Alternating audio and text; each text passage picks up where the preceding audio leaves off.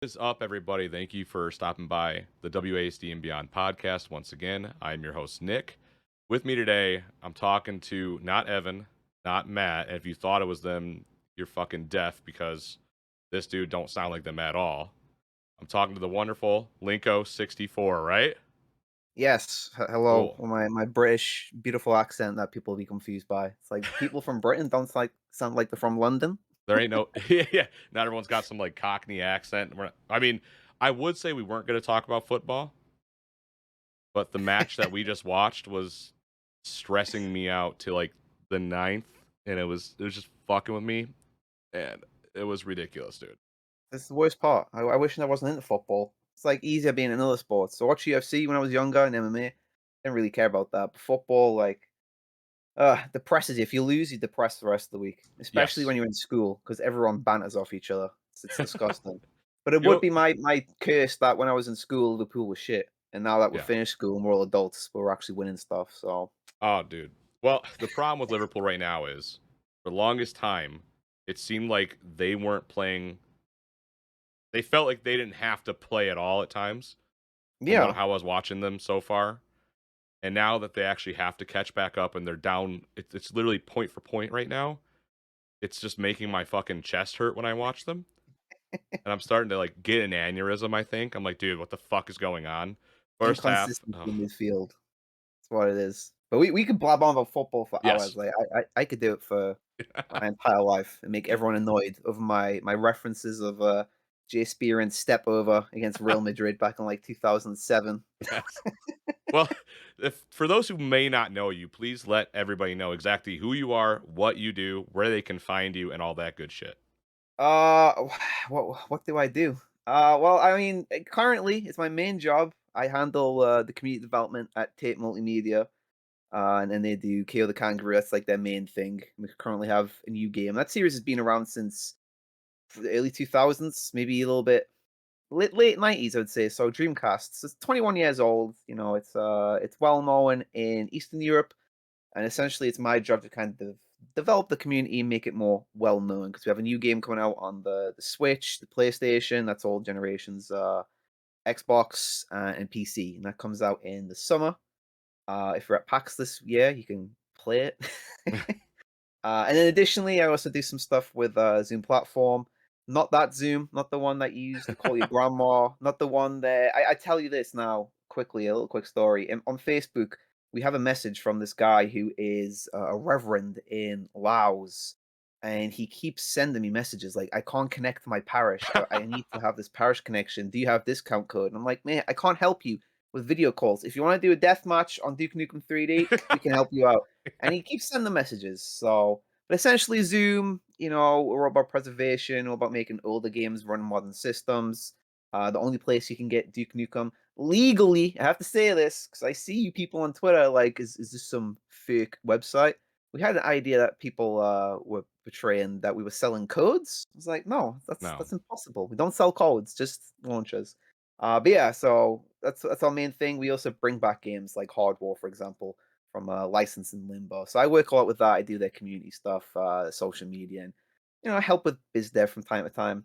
And I also do stuff with Reload magazine, which is the thing that's kind of risen from the ambers, the ashes of E1M1, Monster Vine, and then obviously on Twitter. My Twitter, if I remember this right, because I keep forgetting it, is L1, because I'm one of them cool kids. Yes. NKO64. You just find a bunch of garbage on there, to be honest, just a bunch of shit. And my Twitch, which is Linko64 Twitch TV, where we play a bunch of random stuff. You don't know what you're gonna do. I don't know what I'm gonna do. I don't really take it too seriously, so could be anything. And that's pretty much what I do in a nutshell. A lot of game stuff, a lot of community stuff, the stuff that's important to me, and sometimes rant about football. Very rarely on Twitter. I've controlled that. Yeah. Well, your account is mainly, from what I've noticed, about game preservation. Your collection in and of itself is to die for. Every time I go on Twitter, I look around. I'm like, let me see what Sean's posted today, and I'm like, holy fucking shit! This dude has everything that I've had from my childhood. And I've told you the story on Twitch that my father decided, because he's a big tough Romanian man, fuck it, I'm throwing it away because I don't want my son to be a pansy, basically, is what it is. And I Yeah. was like, I'm not a pansy. I like this shit. I look at your collection. I'm like, dude, it like brings tears to my eyes. And then I could see in the background the Gordon. I have that smaller Gordon Freeman statue. Oh, the Mondo one. Yes, and that Yeah. is that a Gaming Heads one too? Yeah, it's the Gaming Heads one. That's the exclusive. You can have the crowbar in or the machine gun, but you gotta have the You crowbar. gotta have the The crowbar. crowbar's more iconic. You know, no one remembers Gordon with the machine gun. You No, know, it's absolutely like yeah, fuck not. And Raising the Bar is back there, which, if for those who don't know, is a very unobtainable book at this moment. I don't know it's pretty why. tricky. It's beautiful. I mean, for that, I was after that for the longest time. Yeah. My partner, as you know, Victoria, Imptoria on Twitter, she got me that one Christmas, and I was very very happy. And also another little thing in the background which we recently added is a record called Half Life. Yep, And it's if you German, look at the right? vinyl, yeah, if you look at the vinyl, you're like, Is this the soundtrack?" And it says produced by Sierra, endorsed by Sierra. It has nothing to do with them. Nothing. It's some random guy. I think he's German. It's like Doug Lamb something, Yeah, and he made this techno track. And he was like, "All right, I'll call it Half Life. I'll put the branding on." It has nothing to do with it. There's no samples. There's no nothing. It has nothing to do with Half Life. Other than if you get the vinyl, it's got the logo on and a the bunch of lambda. bullshit. And we love that. We love that. So we thought we would get it. So let's go into game preservation right off the rip. We will touch on E1M1, I'm sure, but game preservation to you, how like let's for those who don't know what it is, what is game preservation and why is it important and why are you fighting for it? So, if we look at the media on bulk, now preservation isn't perfect in any media, it's very hard to keep a hold of everything. But typically, film preservation, it's stored. If you want to go and watch a film from like 1924, you can go and find it, and it's pretty accessible and it's not cornered off. It's at least something that exists and is able to be obtained. We have the free domain stuff. That's still a form of preservation. With music, you got your masters and stuff. There was an interesting thing that happened not too long ago with Taylor Swift and her record company Yep. where they wouldn't grant her the masters, so she said, "Fuck it, I'll just re-record them." So now there's like two versions. But still, these are all questions of preservation. With video games, the Wild West nature of it, especially after the crash, was there was so much stuff out there that it was just belonging to no one, and it's kind of continued as years went by. A lot of games were kind of IPs mostly were folded under bigger banners of larger companies. That company has no interest in ever doing anything with that IP, or that company goes out of business and the IP is owned by no one. Or sometimes you'll get multiple people on the license of the IP, and you have to try and obtain all their approvals, and it doesn't happen with films, stuff like film-based things. For example, Alien vs Predator. It took Konami. I think it was Konami or Capcom, one of the two. It took them a while to reprint that. Oh, it was Capcom, sorry, because I had Yep. that big arcade stick. And it's all these problems. Friday the 13th, for example, while you can still play the game, development had to stop because of disagreements in New Line Cinema. And these is like tiny little examples. In general, there's so many games out there that you can't get access to unless you illegally obtain them through a Right. piracy. And piracy is part of the preservation angle. But essentially, the preservation movement and topic is we look after the history of video games because I and a lot of people believe you can't truly appreciate what video games are and how they got here if we can't look back at stuff. And it's especially interesting because I see these ideas that video games are maturing now. And people talk about The Last of Us 2 and I guess Life is Strange and have these more I won't say adult topics as in like, taboo topics, but more mature topics. And they act like this is a new thing. But that's been happening in video games since like the CRPG days, early 90s, even late 80s, sorry. And one of the reasons why they think this is because they've never been able to play these games or we're not aware of these games. So if we preserve these games and we can say, look, you can go and try this and see how it used to be, and that'll help Right. people have a larger understanding. And whether we like it or not, it's cool to have the access to all the titles. It really is. I think in general the industry fails at preservation getting a little bit better, but even now, there's some questionable things around it. I feel like there's a temptation that some people will move into a marketing gimmick of it. So I Yes. Phil Spence was talking about preservation, how Games Pass is a great form of preservation, but that's accessibility. rather than preservation. And while them two things do share some DNA pool, you can't really preserve something if you don't own it. You know, if it's just left in the cloud, when that cloud goes down, it's gone. It's the same Right. with Antstream. They were also claiming that they were a great form of preservation, which is totally untrue because you don't ever own the game. You don't even download the game. You just stream it. You know, it's like essentially saying Netflix is great at preservation, but we know that's not true because it's just a stream, doesn't exist. You know, once that's gone, it's gone. Right. And Steam has this problem as well because Steam, you're only really owning the license. If your Steam account goes down, there's very few games you can actually physically have on your hard drive. And then, say, in 10 years later, if you have a computer that is capable of running it, you can boot it up and it's there. You know, you won't be able to go on Steam and download it. And we've moved into a lot of topics around preservation, most recently with like devotion on GUG. And this is why I say that there's a temptation that people kind of treat like a PR gimmick, you know. I don't believe you can say that you're preserving games and then actively take down a game and have no real reason, you know. I think you have to be, as fanatical as it sounds, you have to kind of be either or. There's no Right. real in between. But as I said, you know, we're getting a little bit better at it. But when we don't, there's people like myself, there's many other people, you know, people that making emulators, for example, people who are, I guess you could look at the likes of Night Dive. They do pretty good jobs, although it's not entirely clean for some reasons we might go into later involving Zoom and throwback entertainment, which is another topic entirely. Is the art of preservation is difficult as it is, but then you have to deal with the shark pool that kind of exists around it. You know, obtaining licenses is hard, but when you're also competing with other people that try, we'll say, more dirty-handed tricks, it gets more difficult. Right. And again, this is another problem with preservation: is it's getting easier in some regards, but people becoming aware of it as a possible moneymaker. So that's when you get the knives out. But at the end of the day, for me, preservation is just having the ability to pick up this game. I mean, for example, here's a good one. Actually, we have it right here. Here's my props, my army of props. We have No One Lives Forever, which you can't buy anymore, but it's here. I can pop this into the computer behind us, and I can go and play. You know, I have all the files in here. It's complete. I don't need to download a patch. I don't need to download anything. It's just this is the complete game.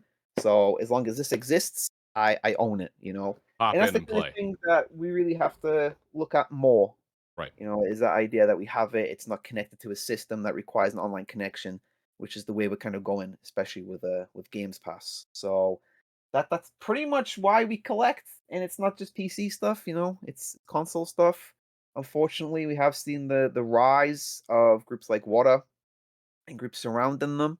But I don't know if we're gonna go into that because that's another a long-winded topic. So I was while you were talking about this, I was also in my head going, while preservation is important, and I agree full-heartedly with what you have said, the one thing that sketches me out is things like WADA and the resale pool. Yeah. That fucks with me because big boxes that people like myself would love to own, there is going to be a price on them, 100%. Mhm. You don't get vintage. That's why, I'm saying, like, vintage shit, like the original Half-Life, for instance. I'm not Yeah. gonna get that for 90 bucks. I'm not a fucking fool, I know that. But I'm also not going to pay somebody a grand for it. And I'm not going to pay someone triple that for it to be graded. And the grading tell me what it is now worth.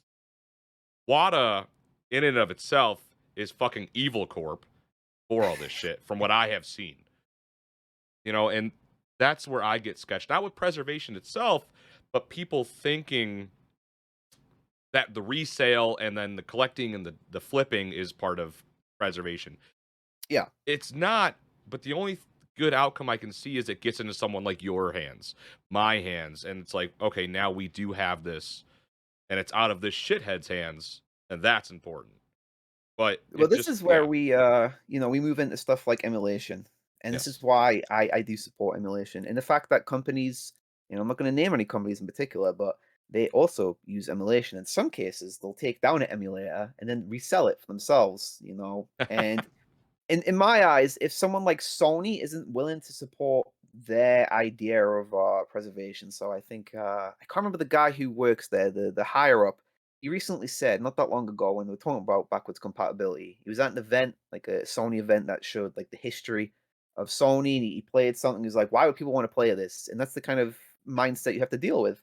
Yeah. And at the same time, they're now gonna start adding old games to their online service, the PSN kind of thing. I don't know what it's called these days because I don't really use consoles. Right. And it's like, all right, so it's not good enough for you to see a value in preserving that, but you're gonna charge me like triple what it should be. Okay, so gee, I wonder where emulation and piracy kind of grows up. The Right. fact is, as you said, people aren't going to spend X amount of money on a hard copy to play, and I don't think you should. If you own it at some other point, I think that's fine. And it's hard for people to really make this argument against emulation when you have groups like Water. And the problem with, and for those who aren't aware, Water is a grading company that is tied into an auction house, and it's very incestuous. They all have connections. The auction house itself has connections to fraud back in the 80s to do with coins. So essentially, what grades these games, the auction house sells them. And this is Yeah. where you get the stories of Mario 64 selling for 1,000,000. No copy of Mario 64 is selling for 1,000,000 unless it's unique. I mean, like one of a kind. And even Yes. then, I'm not going to make 1,000,000. And this is where the difficulty comes, is because people now see this and they cover it in the press without question. And then the consumer sees it, traders see it, everyone sees it. And Yep. suddenly they think, well, my copy's worth X amount. And another difficult part, which is something that doesn't really get mentioned a lot, is the history. The Video Game History Foundation is also involved with what they grade some of their stuff. Now, I'm not pointing fingers saying that they're in on the scam, but I think if you're doing that kind of line of work, you should be aware of who you're working with and the Yes. connotations. Oh yeah. So when you see these donations being handed to the Video Game Foundation and companies kind of partner up with them, I do have a little bit of a shiver in my spine because they're part of the system that will ultimately destroy video game preservation for people like you and me. I choose to spend my money on these because, I mean, for one, I think they look cool. To me, Yeah. this is just as equal buying a work of art like a picture. Pop, beautiful. But that's not going to be for everyone, and I don't think that should be the beginning or the end for that person to experience a game. For me, video games are more than something you just spend 5 minutes on. The fact that we're talking right now, you're in the US, we would never have met, no Right. connection whatsoever, but we did through video games, and our shared experience is one of the exact reasons why they should be preserved. There's video games out there from the past, like Planescape Torment, for example, that have all these kind of more taboo things and make you question stuff, philosophy and ethics. They're more than just shoot something and get some points. We moved past that, what, in the late 60s, early 70s. So Right. it's ridiculous that we're happy to preserve films and TV and books, but video games kind of get a rough deal, mainly because of the ignorance of the industry themselves, unless they can turn a profit. And we know that there is a profit, as you said, people sell them. I sell some stuff because I get bundles, but I do it fairly. Right. But people like Water and people like the Video Game History Foundation, where I believe that, I don't want to say names, but higher up there did publicly claim on Twitter they were fine with people spending X amount of money on games because they saw it equal to Mona Lisa, art. And while we can't talk about our video games art, the fact is there's one Mona Lisa and there's not one copy of Mario 64. Exactly. Now, of course, there's prints and stuff, but I think if you're trying to defend the idea of someone having to pay like 500,000 for access to a game, you're moving in the wrong direction. I don't think that's preservation. I think that's more, I don't want to say gatekeeping, but I think that's profiteering more than Yeah. anything, especially when you're directly connected to that. That's their line of work. And this is why I'm so vocal about these things. There's a few companies out there, and if Zoom did the same thing, I'd be very vocal of them. That I kind of get in bed with certain elements of this. We're starting to move into a world where everything is digital, so preserving things in the physical format, I think, is going to get harder. But that's where we kind of fall in. That's where the collectors fall in, and that's why water is a problem. Because if the collectors, the average collectors, are gated off by price, then you're going to be in the same spot you were to begin with, where a select few have ownership of the many. So Yes. that's one of the reasons why I get so kind of uppity about this topic, because I feel like video games are more and deserve more, and the collectors should be more aware. Uh, but I realize it's hard because we're living in a time now where you can just have access to Games Pass. It's like $15 a month. Cool. Oh, all right. Why should I care? Right. Why should you care? And the more obscure stuff. like Tech War, for example. William Shatner hates Tech War. It's never coming out. Don't mention it on Twitter; he'll block you. It's never coming out, but you should definitely play it. And because of emulation, because of piracy, we can't play these things. But again, when you mention piracy, especially me being in the industry, I have to kind of do it with a sideways head. It's one Cheeky, of them yeah. difficult things. Yeah. And then we move into the world of DRM. That's why Zoom is DRM free. Yep. We're at the point now where games launch and their DRM negatively affects the experience for their paying customers, like with Resident Evil: The Village. Can You're you dropping like explain 20 to Oh, sorry, what was that? you're dropping like 20 FPS because of the DRM. That's it. Why? So me as a paying customer is getting punished. Meanwhile, Right. the people that get the cracked version get a clean version. To their credit, Capcom removed it. DRM is mostly just to protect your week one sales, Thank you. but it's negatively affecting the industry and the quality of the product as well. So even if you're not into preservation, you should still be a little bit annoyed about DRM stuff affecting what you're paying for essentially. Because if I pay full price, I expect it to be good quality. And then if they're making it worse as a product just to protect some sales, I feel like you should be a little bit more enraged, a little bit more enthused about it. You should be fucking irritated with it. DRM affects a lot of shit negatively. It affected Doom Eternal pretty negatively, if I remember Yeah. correctly. Doom 2016 as well. For those who don't know what DRM is, could you explain we, briefly? We'll keep rolling. All right. So the easiest way to explain it is DRM stands for Digital Rights Management. And it's a means to protect companies from piracy, but also validate your ownership. Now, DRM has always existed in some format. If you have an old copy of Monkey Island, or if you've got the most recent limited run edition of it, you'll see a little wheel, and you have to input the codes on this little wheel. That was a form of DRM. The DRMs be getting more and more aggressive to the point where it's starting to affect your hardware. So I can't remember it was like. I think it was Red Shell, something like that, and it would affect the kernel of your computer. It would affect the performance of it. It would take information essentially and would Yeah. feed it back to them. Now, this is also opened up the whole door of them then selling information to other companies, which you agreed on, by the way, when you Yep. buy the game and click I accept. No one reads that stuff, but this came out later. On the topic of Doom, you can actually find a clip on my Twitch. I'm playing Doom Eternal, a single player game. I get disconnected from Bethesda Net and it pops up bloop, mid game. And it's a fast paced game. So like, Yeah. what? Some older games that get remastered and re-released, they have DRM in them, and it negatively affects it. Going back to limited run, they recently ran into an issue with the Doom Classics collection on Switch because they're all about they say about preservation and forever physical, and then you have this Doom cartridge which requires you to be online. There we go, and Yep. that by default is not preservation because you're required to go online. It wasn't that long ago Xbox One was supposed to release with a bunch of DRM. Essentially, DRM can come in different forms, but it's them controlling the product that you paid for. Yes. You have no real ownership over that product. Let's say if it requires an online system, not because it's a multiplayer game, it just does to make sure you're playing a legitimate copy of the game. And the servers go down one day, like Gran Turismo recently. It's a single player. You playing single player, you need to be online. If the servers are down, you can't play it. Wow, what a great feature for the industry, right? Right. What a great experience for me, the paying customer. So that's kind of like the running for DRM. It's something that's a little bit difficult to kind of sum up, which is part of the problem of fighting DRM. It's part of the problem that Zoom has to face, GOG has to face. Itch is pretty good for DRM free. I don't think there's any DRM games on there. I might be wrong.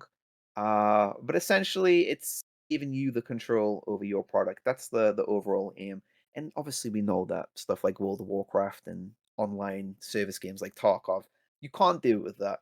So people won't really be arguing about that. This is mostly about single player experiences. That's the Yes. focus. And then we'll move on to everything else. Right. Absolutely, man. Well, we've tackled a couple very important things, in my opinion, and obviously yours, in a very short fucking amount of time. Like, and we're not even done talking yet. We got a little bit to go. But to save everyone who's like, oh fucking hell, like thank like both of you, because I this is shit I Shut talk the to. fuck up about DRM. I've had this plenty of times.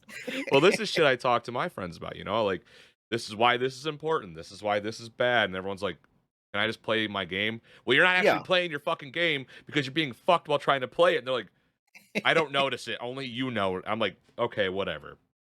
But what compelled you though? We're gonna go into the collections now because I have to.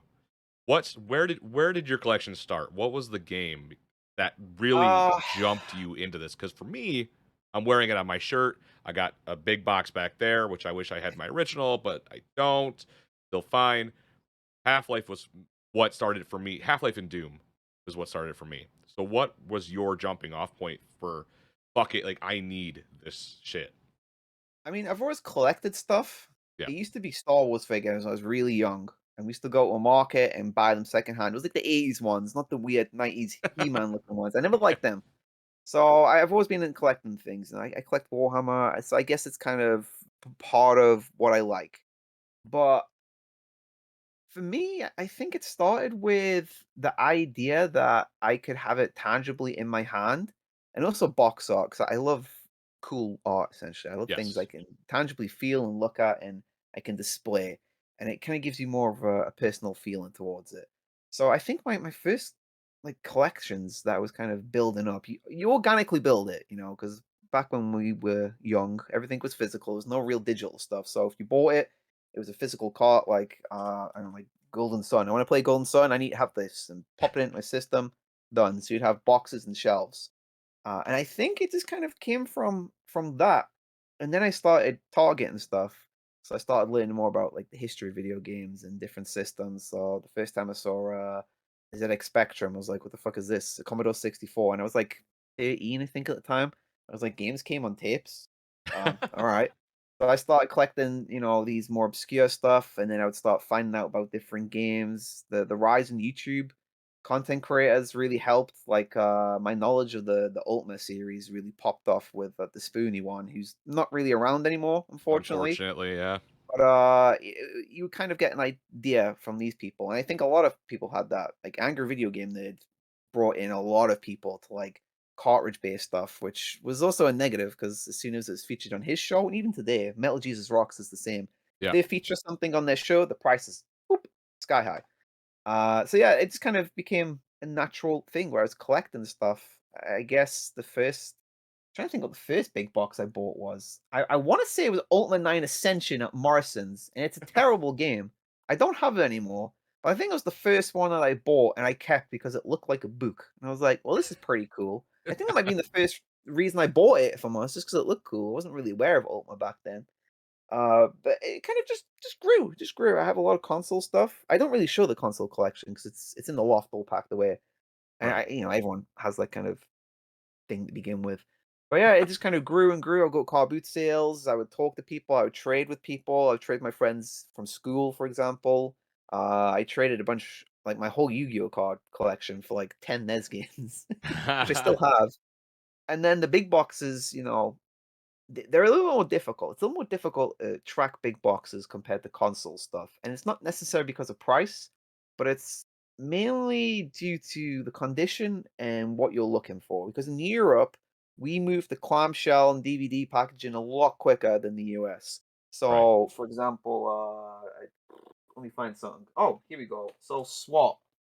We only had the clamshell for this. Oh, We didn't that's have this sweet. little box with an open Yep. front.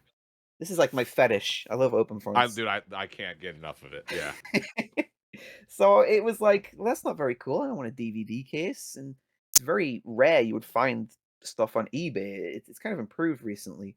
But then you would find like bits and bobs around car boot sales. And then I found the Half-Life Generations double set. Oh, Not fuck yeah. the big chunky one, the plastic one, but the double box one. Yeah. And that's I also like to think of that one as the great scam because some people like to separate them on eBay and sell them separately. It's like, don't do that. Don't do that. But, Shit. yeah, that was the first one that I bought, and I was a big fan of Half-Life, as might be able to tell with the shrine, but, Even got yeah. Gunman back there, bud.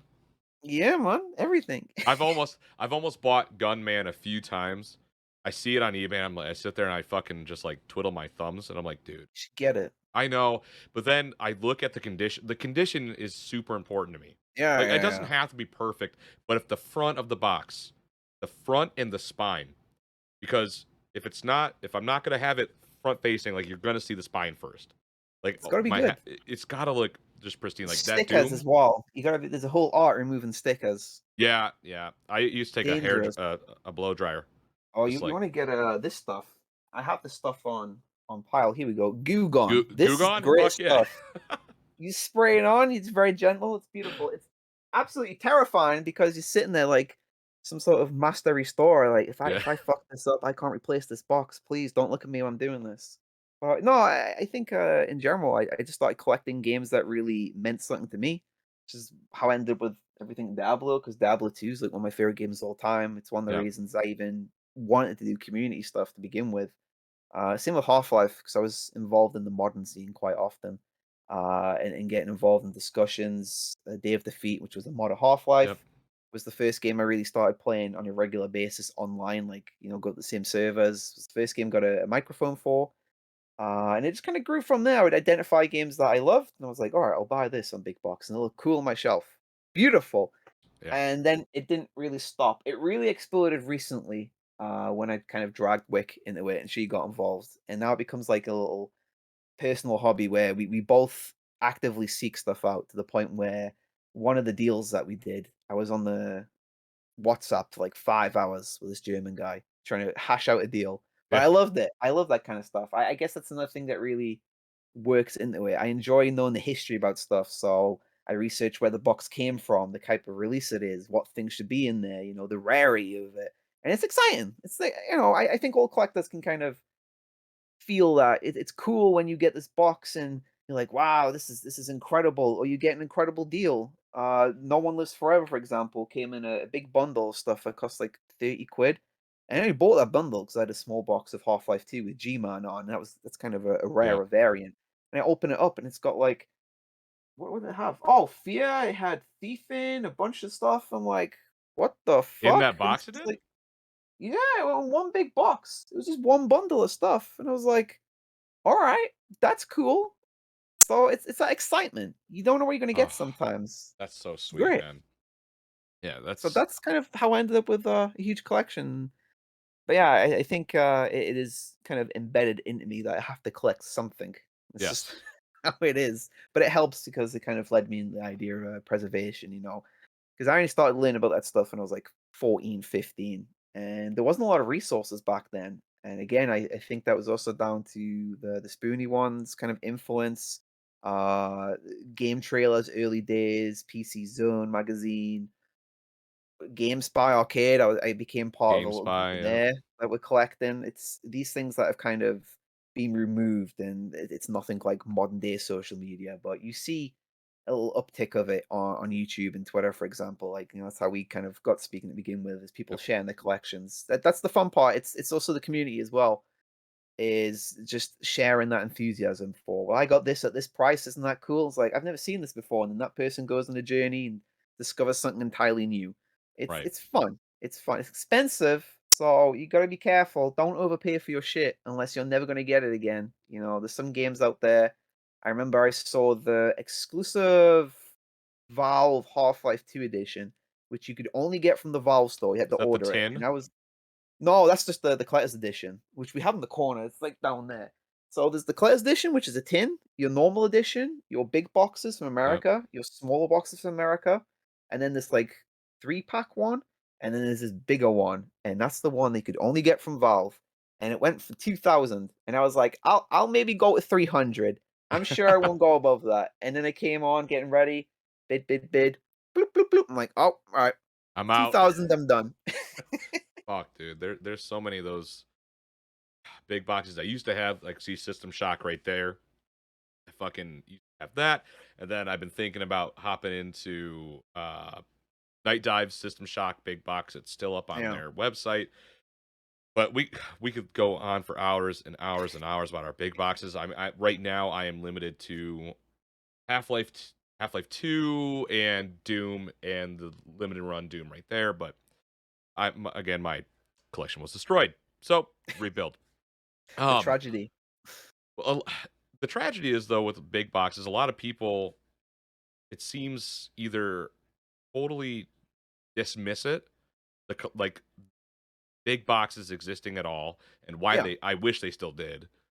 Or some people see it as again, it goes back to let me buy this, let me flip this.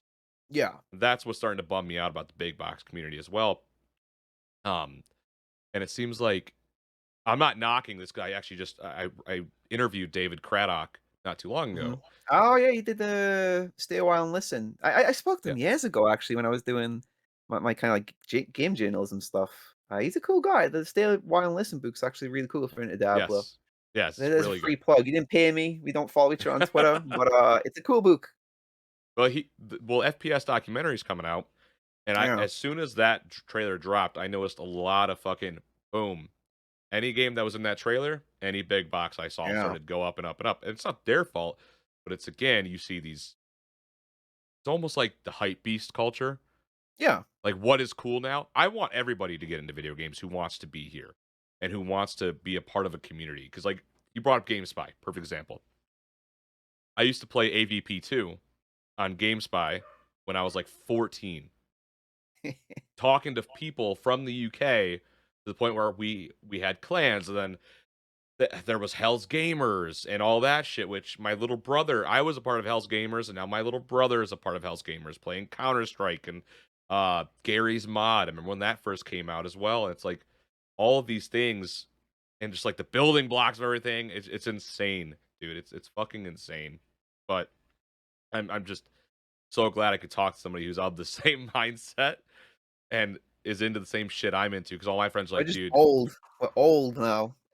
yeah, it's getting there. And I just my wife, she accepts my hobbies. She games and shit, but she's more Yeah. of the Switch, and I'm gonna continue to play Skyrim for the 13th time. Yeah. And I'm like, dude, you need to chill the fuck out. But let's talk about a bit of a darker topic. We have gone for around 30 minutes. We got a little bit of time left. And what better way than to talk about E1M1? Now, Oh, we don't have to that old nugget. let's we don't have to go into what you don't want to go into, but let's go into what E1M1 was, is now, and what it was supposed to be. Because when I first saw it, and I saw that you were attached to it, that's why I followed E1M1. Additionally, that's why I followed the Zoom platform. I was like, oh, Linko's involved, therefore I trust what is happening here. Yeah. I don't know you on a super personal level, but we do chat, and I know Yeah. what you are about. Therefore, if I see you're a part of something, I look into it, I dig it, I'm with it. Zoom platform is one of those things. E1M1 was as well. One morning I woke up, and it seemed like E1M1, just like Rome, was now burned to the fucking It's ground. gone. Yes. Let's go into Yeah. exactly what it was supposed to be, what it is, and where it is now. Well, it was supposed to be, because Boomer Shooters have kind of been rising for a good while now. And while it feels like it's a lot bigger than it is, it's actually pretty small. So E1M1 was kind of this magazine, everyone likes old school stuff. And what's more old school than a physical publication that's talking about games? And that was essentially it. It was used as a good platform to talk about indie guys. And while I did them reviews and stuff, I really enjoyed doing the more retro things. And towards the end, doing the more focused articles, like on the Capstone one. And essentially, that's all it was. It was just like a nice platform where you could kind of go in, find some stuff out games, maybe learn one, two things about some games never heard of, some interviews with some people. It was pretty basic. There was no really grand scheme of it. I wasn't involved in the first three, so I can't really talk about the general basis of how it's founded. But there was always a little bit of which people don't really know behind the scenes. I won't go too much into it because it's not particularly an interesting story.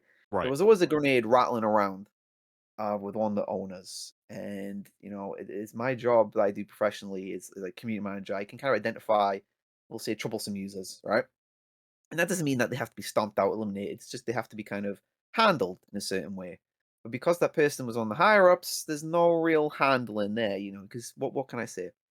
And in general, me and him didn't really get on very well, and that didn't really influence my late decisions. It's just in terms of creativity, they wanted a very specific type of review, and I was like, well, what? This game is good. It has nice graphics, 5 out of 5, cool.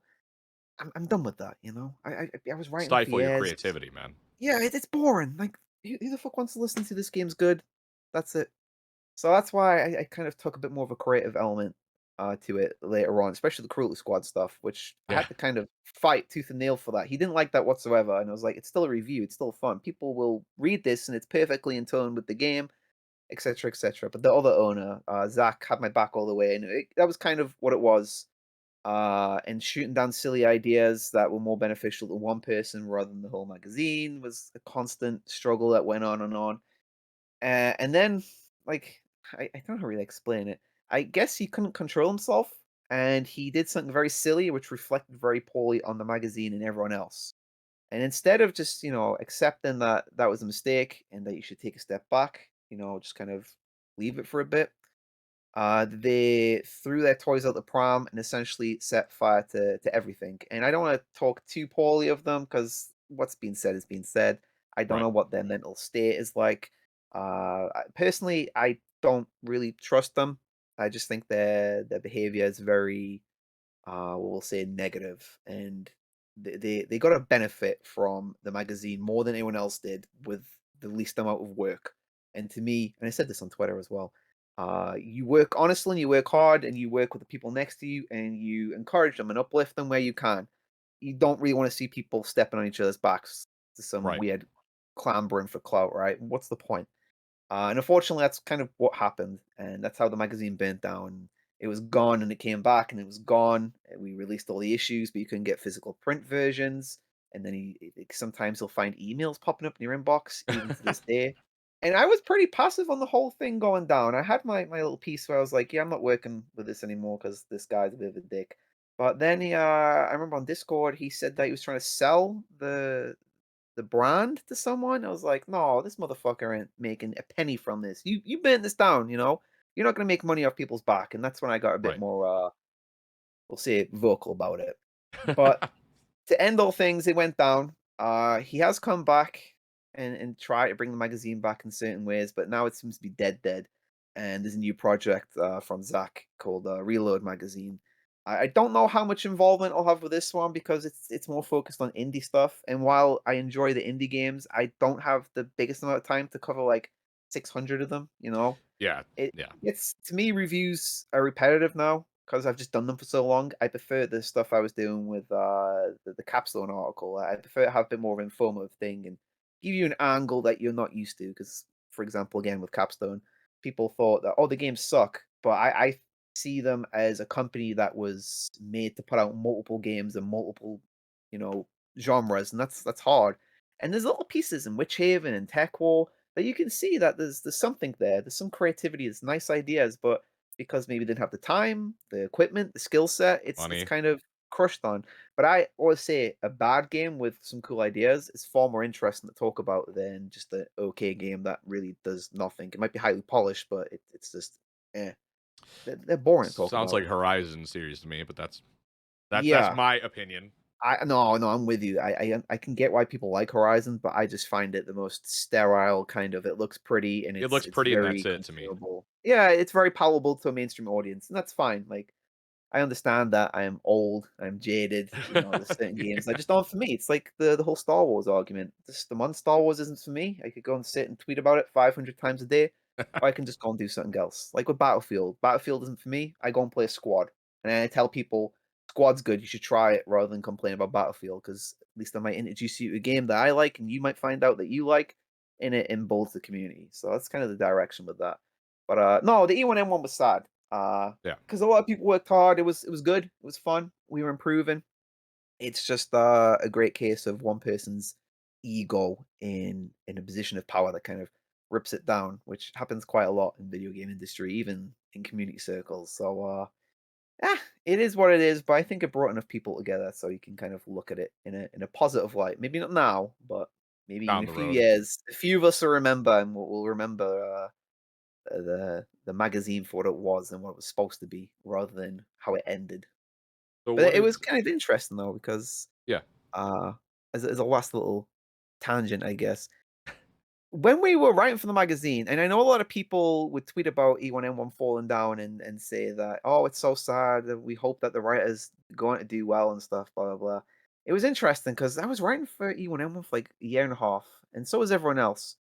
No one tweeted at any of the writers or celebrated any of the articles or anything like that. No one said shit, nothing. Soon as the thing went down, everyone was like following the writers and retweeting them, and I was like, it's interesting that because we talk about wanting to have a more positive community and more positive kind of culture. Yeah, we only really care about people when something bad happens around it. And I thought that was kind of curious. And that's one of the things that we're trying to change with Reload Magazine. That's why we introduced the staff now, as you might have saw with individual posts. Because I feel like, especially these larger team projects, and this is a problem in the industry in general, you know who Cliffy B is, but you don't know the rest of the people that worked with him for the most part. Exactly. It's good to kind of highlight people and show that this thing wasn't possible without these people, and maybe you like to go and check them out, and if you like them, you can follow them, you can support them. If not, that's fine. But yeah, that was kind of an interesting thing towards the end of E1M1 that I thought was really curious. That people didn't really care until it burnt down, and then suddenly they would start following and interacting with writers. It's like, if I could give a message to people is, if you find someone that's making something that you like, right? The time that you would spend complaining about someone that you don't like making something, use that and talk about something that you did like and tag the person that did it. You have no idea how influential that will be. No idea. It doesn't matter what they're doing. If it's something like, even if it's image editing or a small article, even just a mindset or a small video, a Twitch stream, a TikTok, like anything. Don't Right. focus on the negative stuff. Go and say, this is cool shit from this person. I like that. And that person will feel like 100 times better, and it'll probably give them a bit more motivation to do even more. But Right. that's just like a random little thing I thought I'd rant on about. No, I dig that. Like, for instance, for you, you posted a picture in, well, I would probably say your chick's leggings, and I was like, "All right, what's it? Oh, it's Sean. Oh, Yeah, that's man. funny." And I shared it out, and one of my boys were like, they get back to me, they're like, "I thought that was like about to be a hot girl, and it was just some Yeah, Brit." everyone did. And I was like, "That's why it's funny." Like that, I had to throw that in there. That shit fucking cracked me up. But Hey, like, they look good on us, you know? you Gotta know what? flex You every now and killed it. again. You killed it, dude. Big box, big booty, it's the same Yes. thing. So That was, Wick's idea as well, so I'll that's give so her credit for funny. that, 'cause she always makes me wear, like, clothes. I remember Yeah. once we're in, Poland 'cause her mom sells, like, she has a shop and she sells clothing, and Yeah. Wick sells some of the stuff that, that doesn't sell on Vinted, and there was this one girl who wanted this prom dress, and the prom dress was quite big, and Wick can't fit in that 'cause she's this small little dainty elf girl, beautiful little creature, and I'm this big chunky dwarf, and she was looking at it, and she was looking at me, and I was like, "Do you want me to put it on?" So I did, and she took photographs pretending it was a girl, and the person that wanted to buy it bought it because it looked great. So I feel like I'm an official model now, frankly. You killed it, dude. I killed it, You've slayed exactly. it, and I If love anyone it. wants to hook me up, I'll do some modeling. Eric, you heard him, dude. Send him some shit. Yeah, But, send me some, Duke Nukem dresses, let's go, and do postal stuff. We're still waiting for that postal line. yeah, I think I've told Eric Postal, and I've told him the problem with Postal is, I mean, I like Postal. The later games, I don't know, I'm not gonna talk about. I like Running with Scissors. I like them a lot Yeah. for what they do. I think a lot of people think negatively on Postal because of what it is, but it's just like a fun, I don't know, man. I liked Postal because I was able to just turn my mind off and have fun with it. It's one of those uh old dude games, right? Yeah, yeah, yeah. O- I o- think, well, one thing everyone forgets is Postal 2 is only as violent as you are. as you 'Cause make it was it. kind Yeah. of made in response to the first one. Because the first one, spoilers, it turns out you're actually just playing inside this guy's head, and the guy's in a mental asylum, and everyone complained about the violence in it, so they went with the second one, was like, "Alright, if you're not violent, the game's not violent." And, of Yep. course, there's so much violent shit in there for you to do if you don't do it. So it's kind of like, a nudge, which is one of the reasons why I find that game so interesting and fun. I know it's kinda controversial, but I treat it the same way. We just talked about Trauma before we started, and you got the Toxie figure there. It's the same as, like, a Trauma film. You can have exploitation games in the same way you can exploitation Absolutely. cinema or even music. Okay, before we go, what did you think of Hatred then? If we're gonna talk about that, because Hatred for me, well, I don't see the problem in it existing. It just wasn't fun for me. I was like, Yeah, this just isn't fun for me. I will say, if it was first person, which there are mods, I yeah. I may have been able to shut my brain off if it had been first person, not top down, and be like, you know what, fuck it, I'm in a bad mood. This is what I'll play. But that's why some games like that existing is good, because the Yeah, studies do show studies it doesn't cause you to be violent by playing a violent game. Like Jack Thompson, that fucking trog piece of shit over here in the States, for years argued GTA is causing kids to do crazy shit. yeah. It's not. It's just not. A game like Hatred didn't cause anybody to go put on a lame trench coat, grow their hair out, and let it get greasy and physically bad because the physics for the hair in that game were shit. Almost as bad as Horizon. But sorry, I don't know. I'm just on a tear. But for me, I don't think it needed to not exist, but Mhm. it it was it killed itself off. I don't know how Yeah. you felt about Hatred. Well, I think it's worth remembering at the time it came out, video games were kind of in this microcosm of critique. And video games have always kind of been the punching bag. You know, it's always changed. When music kind of got more violent with metal, it Yep. was suddenly the Satanic Panic, you know, D&D Satanic Panic. Then music was like, oh, it's violent. It's going to cause our kids to go mad and do stuff. It's the same with like rock and roll. You know, they're going to do drugs and have casual sex and blah blah blah. You know, it's the same with films, the video nasties, especially in England. It's just video games are the newest form of media, so it's the easiest way to kind of punch it in, right? With Hatred, is it a great game? No, you can't buy it there and free on Zoom. But I think they knew what they were doing with that trailer. I don't think anyone truly took it seriously and was Right. like, "Yeah, this is going to be a big commentary. Fuck the man," you know. So it just played into the kind of rage bait stuff, which is everywhere, and we know why it's everywhere because it works, and that's Yeah. fine. So they used it as marketing, and it worked. Is the game good? No, not really. They've moved on to doing other stuff. I think they've done oh, what have they done? I want to say Daymare. I don't think that's theirs though. But they've moved on, and no one really hears about Hatred as much. It's just this thing that came out and existed. But then we actually had questions when we released this on Zoom. I was like, why do you want to preserve this? It was the same with Postal 3. Uh, I think a good topic, just quickly to touch upon, is Yeah. what deserves to be preserved. I don't necessarily think there's a list of what should and shouldn't be preserved. There should be priorities, of course, because you can't preserve everything. But I always have this question when people try to trip me up is like, I think there was a game made by essentially white supremacists called Ethnic Cleansing, and they were like, Yes. "Well, does this deserve preservation?" And I would say yes, it does, because this shows how video games can be turned into, you know, a really blunt form of propaganda to incite and encourage people, and we should be aware of that. You know, again, with any form of medium, it's not just something that you consume and it has no impact on you. You can change the way you think, not necessarily the way you act, but maybe the way you think and look at things. And this is why it's so important that we share things around the world. You know, with video games, you can see the change in direction of how games are made. Most recently, Elden Ring and Breath of the Wild, their open world kind of philosophy versus the Western lens, as you were saying with Horizon Zero Dawn, you know. And these aren't unique to game designs. It's also like music, film, etc., etc.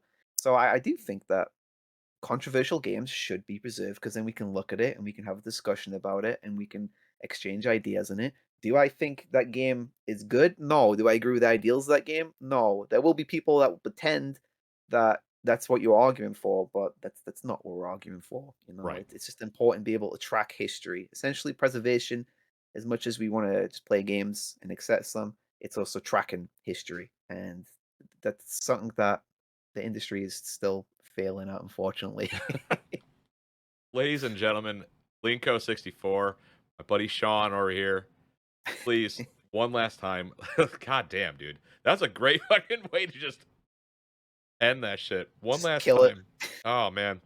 I've loved having you on. We're gonna have to do this more and more, Well, I'm especially go deeper always into open to things. talk. As you know, I can't stop talking on Twitch. I I love it, never man. play any games now. I just sit there and blab on for like an hour and then realize it's 2 a.m. and it's bedtime.